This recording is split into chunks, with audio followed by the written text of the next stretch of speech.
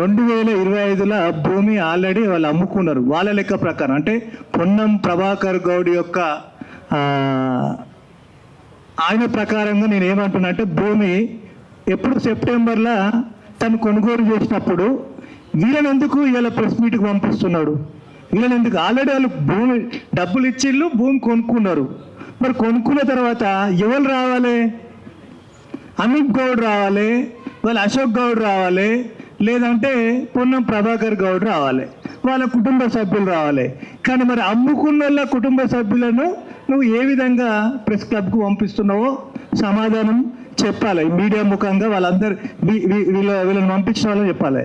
ఇవాళ మాకు కూడా ఇలా యాదవ సంఘాలుగా మేము కూడా వీళ్ళ బాధితుల పక్షాన వస్తే వేల మందితోటి మాకు ఫోన్లు చేపిస్తున్నారు, మీరు పోవద్దు రావద్దు అని చెప్పేసి. ఏం మరి మాకు బెదిరింపులు?